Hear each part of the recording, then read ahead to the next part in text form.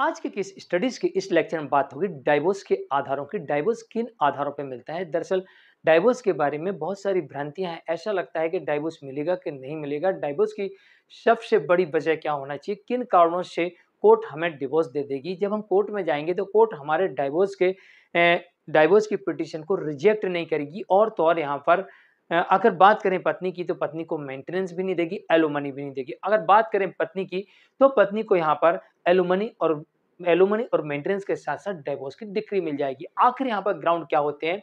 तो आज की स्टडीज के इस लेक्चर में पति और पत्नी दोनों के लिए बात कर लेते हैं कि डाइवोर्स के मुख्य ग्राउंड क्या होते हैं और किन आधारों पर डाइवोर्स की डिक्री मिल जाती है और इनके लिए किस तरीके के सबूतों की आपको कोर्ट में आवश्यकता पड़ेगी और किन सबूतों को कोर्ट मानेगी और किन्हें रिजेक्ट कर सकती है। जय जिनेंद्र, मैं मुकेश जैन।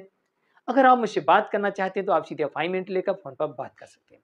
अपॉइंटमेंट के लिए या तरह जजमेंट्स के पैकेज के लिए जिसमें आपको 150 से अधिक जजमेंट्स मिलेंगे या अन्य किसी जानकारी के लिए दिए गए नंबर पर आप हमें एक छोटा सा मैसेज लिखिए। इसके बाद हम आपसे संपर्क करेंगे। वीडियो को लाइक और शेयर कर दीजिए। चलिए शुरुआत करते हैं।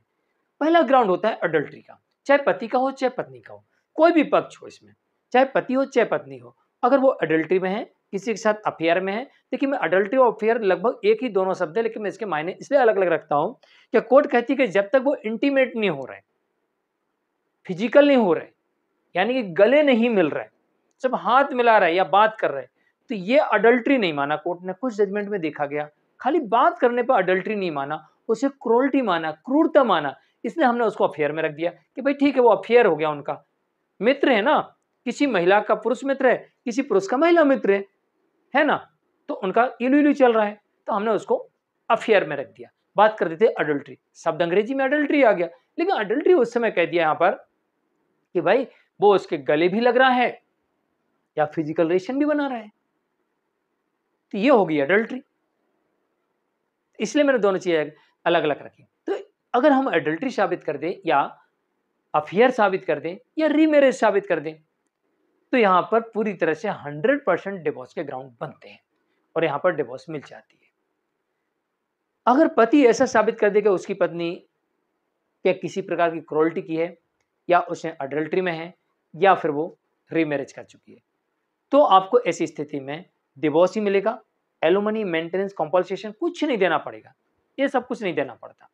और अगर पत्नी ऐसा साबित कर दे कि उसका पति जो है अडल्ट्री में है, अफेयर में है या रीमैरिज कर चुका है या किसी लड़की को घर में ही लेके आ गया है, तो ऐसी स्थिति में पत्नी को कॉम्पनसेशन भी मिलता है। हाँ, पति भी कॉम्पनसेशन ले सकता है, पति भी पत्नी से कॉम्पनसेशन ले सकता है, पति भी पत्नी से मेंटेनेंस भी ले सकता है। यहाँ पर पत्नी भी ऐसे पति से मेंटेनेंस, कॉम्पनसेशन और इसके अलावा एलुमनी, लिटिगेशन चार्ज, ये सब ले सकता है। पत्नी भी ले सकती, पति भी ले सकता है। बस फर्क इतना है कि पत्नी को स्थायी भरण पोषण मिलता है और पति को स्थायी भरण पोषण नहीं मिलता है। बाकी लिटिगेशन चार्ज की डिमांड कर सकता है पति, पत्नी भी कर सकती है। पत्नी भी मेंटेनेंस मांग सकती है, पति भी मेंटेनेंस मांग सकता है। पत्नी भी कॉम्पनसेशन मांग सकती है, पति भी कॉम्पनसेशन मांग सकता है। हिंदू मैरिज एक्ट के सेक्शन 24, 23A और 25, ये 3 सेक्शन यहाँ पर देखे जाते हैं। तो पत्नी के लिए 25 है, लेकिन पति के लिए तो यहाँ पर 24 भी है और 23A भी है। तो यहाँ पर पत्नी के लिए भी है 24 और 23A, जिसमें कॉम्पनसेशन, लिटिगेशन चार्ज और मेंटेनेंस तीनों डिमांड कर सकते हैं। चलिए, दूसरा बड़ा ग्राउंड होता है, जैसे मैंने कहा क्रूरल्टी, क्रूरता। क्रूरता कई प्रकार की होती है, भावनात्मक होती है, अहिंसक होती है, हिंसात्मक होती है और इसके अलावा आर्थिक भी होती है। कुछ मामले ऐसे देखे गए हैं। एक मामला ऐसा देखा गया जहां पर पत्नी पति की ज्यादातर इनकम को अपने मेकअप पर, ब्यूटी पार्लर पर खर्च कर देती थी। कोर्ट ने माना कि पत्नी पति के विरुद्ध मानसिक क्रूरता पहुंचा रही है और जिसके आधार पर डिवोर्स पति को मिल गया। एक मामला ऐसा भी देखा गया जहां पर पत्नी अपने पति के लिए खाना बना के नहीं देती थी, मेन गेट लॉक कर देती थी, इवन उसे ऑफिस जाने के टाइम उसे परेशान करती थी, उसके कपड़े खराब कर देती थी, कपड़े मोड़ देती थी, प्रेस किए हुए कपड़ों में दाग लगा देना, खराब कर देना, खाने में कचरा डाल देना। कोर्ट ने माना ये अडल्ट्री है, कोर्ट ने माना ये क्रूरल्टी है, कोर्ट ने माना ये क्रूरता है और इसके आधार पर पति को डिवोर्स दे दिया गया। कुछ मामले ऐसे भी देखे गए जहां पर यह कहा गया कि पति और उसके परिवार का दूसरों के साथ अपमान करती थी, उन्हें अपमानित करती थी। इस अपमान की वजह से कोर्ट ने माना कि पति और उसके परिवार का जो अपमान कर रही है, अपमान करना भी मानसिक क्रूरता के दायरे में आता है। और ये अपमान की वजह से यहाँ पर पति को तलाक लेने का पूर्ण अधिकार मिल जाता है। कुछ मामले ऐसे भी देखे गए जिस मामले में चाहे पति हो चाहे पत्नी हो, उन्होंने उनकी जान लेने का प्रयास किया। ऐसा षड्यंत्र रचा कि उनकी हत्या कर दी जाए या हत्या करने का प्रयास किया गया।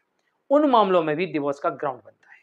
कुछ ऐसे भी मामले देखने को मिलते हैं जहां पर झूठे आरोप लगाना, बार बार आरोप लगाना, मानसिक पीड़ा पहुंचाने के उद्देश्य से आरोप लगाना, अपनी गलती छुपाने के उद्देश्य से झूठे आरोप लगाना, अपने आप को अपनी हटलाशाही दिखाने के उद्देश्य से झूठे आरोप लगाना, मारपीट करना, गाली गलौज करना, खाना ना बनाना, इस तरीके के आरोप भी मानसिक क्रूरता के दायरे में आते हैं। मानसिक क्रूरता के देखा जाए तो कई प्रकार से मेंटल क्रूरटी होती है, जैसे कि अहिंसात्मक अहिंसा।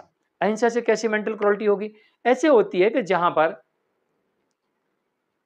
पर एक पति पिट रहा है और पत्नी वहां देख रही है, पत्नी देख रही है, कोई विरोध नहीं कर रही है, खड़ी है चुपचाप, चुप है, उसका मैटर वो जाने, मैं क्यों बोलूं। ना पत्नी पिटवा रही है ना बचा रही है। तो यहां पर पत्नी का दायित्व है कि वो अपने पति के जीवन की रक्षा करे। यहां पर पत्नी का दायित्व है कि वो अपने पत्नी धर्म का निर्वहन करे। यहां पर पत्नी का दायित्व है कि वो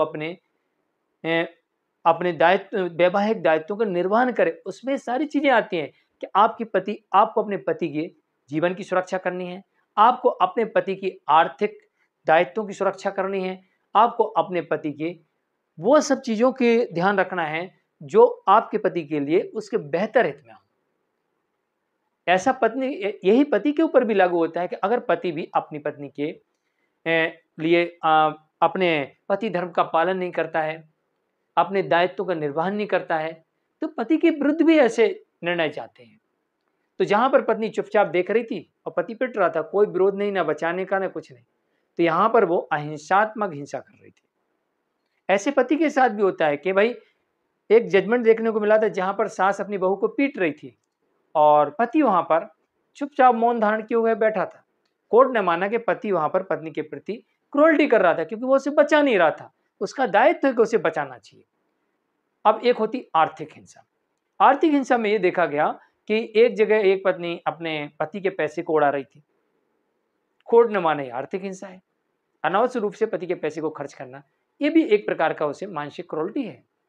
तो कई प्रकार की क्रूरटियां होती हैं, लेकिन कुछ ऐसे ग्राउंड्स मैंने बताए जिन आधारों पर आपको डिवोर्स ही मिलता है और यहाँ पर सीधे तौर पर कंपल्सेशन, मेंटेनेंस, एलोमनी और litigation charge, right to resident पर भी फर्क पड़ता है।